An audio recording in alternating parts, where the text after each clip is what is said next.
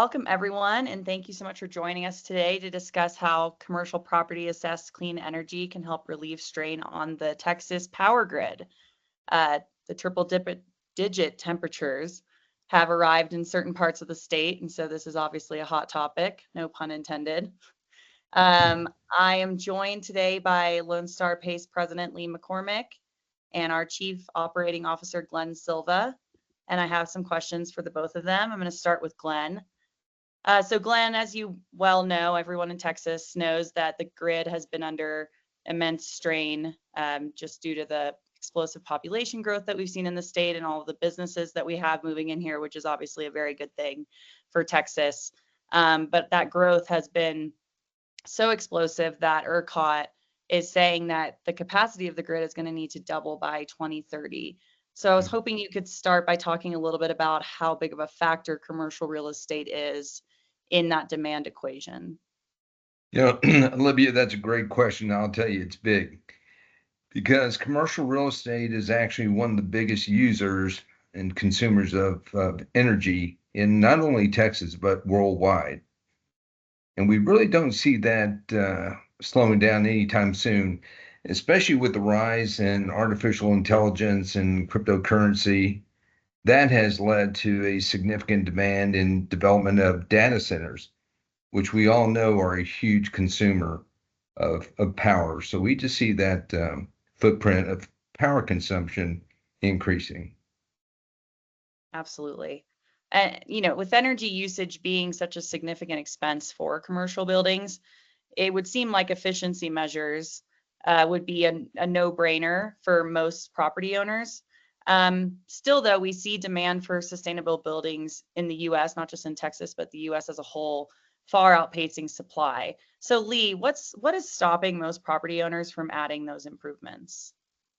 Thank you, Olivia. I think overall, most businesses and individuals believe that energy and water conservation is a good thing, so long as it doesn't affect their bottom line or their comfort level too much.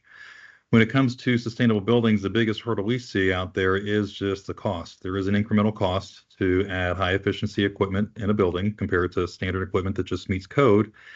And, in the case of a new construction, a lot of times people are trying to meet their budget, make sure they can raise enough capital to get that project off the ground. When it comes to renovation, a lot of times what you see is the property owner or the landlord comparing the cost of deferred maintenance on old and efficient equipment to the cost of financing for new equipment. So until those kind of level out, they tend to stick with the older equipment that's not efficient. You also have a split incentive in a lot of cases in a triple net lease arrangement where the landlord is paying the cost for those improvements, but the tenant is receiving the benefits. There's ways to level that out by adjusting rents down the road so that everybody's paying their fair share. And then in today's high interest rate environment, an investment can be even harder to justify at 5, 6, 7% rates versus 2, 3, 4% rates from a few years ago. Yeah, absolutely. So there are quite a few reasons why these types of improvements might be left on the cutting room floor. Talk about how commercial property assessed clean energy, or CPACE, could help address some of those concerns. Okay, well, the nice thing about CPACE is everybody knows cash is king. And CPACE offers long-term, low-cost financing for these types of energy and water efficiency upgrades. A lot of times they help level out the cash flows because you're now financing these improvements over a 20 to 30-year period versus a 5 to 10-year period with a normal commercial loan. Therefore, it's a lot easier for a property owner to justify doing these types of improvements. With new construction, you can actually go a little bit higher in your capital stack to cover those costs because the cash flows on the back end are attractive and help your debt service coverage ratios. And then for for existing buildings that are going through renovations, having that lower cost, longer term financing helps drop down the cash flows. So when the property owners are looking at their deferred maintenance compared to the cost of financing, you can justify these upgrades a lot sooner. Well, it definitely seems like a win-win for all parties involved. So Glenn, just to wrap it up here, talk a little bit about if more commercial building owners were to tap into CPACE financing, what impact could that possibly have on the state's power grid?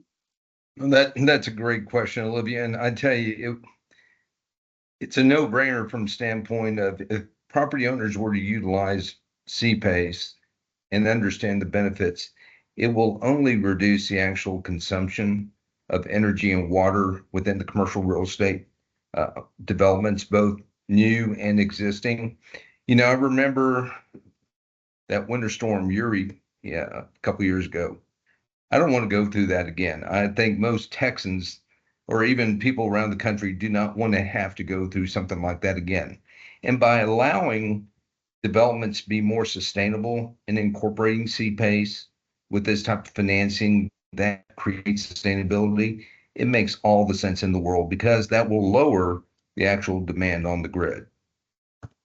Absolutely. Yeah. None of us want to live through another grid failure. That was no No. fun. So yeah, I mean, thank you both so much for filling me in on that. And hopefully, it gets a little less hot in Texas soon and we don't have to worry about a grid failure, but this is something that I think is on everyone's mind right now. So thank you both so much. And thank you all for joining us today. If you're interested in learning more about CPACE, please feel free to reach out to Lee or Glenn via our LinkedIn or on our website, www.lonestarpace.com.